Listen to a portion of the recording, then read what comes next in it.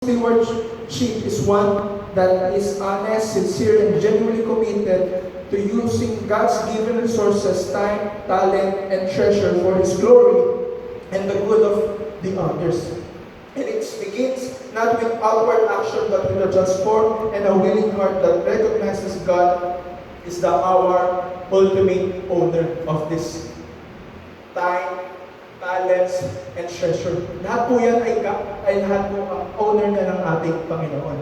And bago natin isipin yan, yung mga meron tayong skills, meron tayong time, talents, and treasure, ang question dyan, do you have a right heart before God?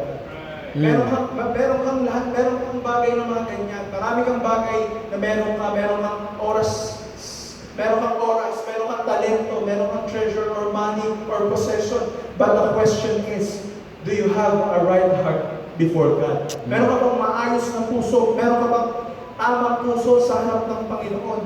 Kaya nga tayo pag ipipray tayo, Lord, help us to have a right heart, a clean heart, a pure heart, and a new heart as we begin to worship you. Ganun tayo kaya, salamat tayo sa ating pastor. Every Sunday upon Sunday, bago tayo mag-start, nanalangin tayo.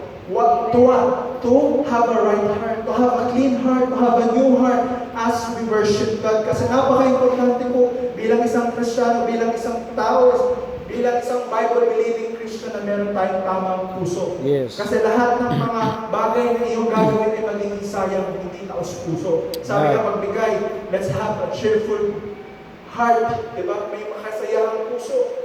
At ayan po ang ninanais sa atin ng Panginoon. And a faithful steward means entrusting His resources back to Him through wise and intentional management rooted in love, humility, and obedience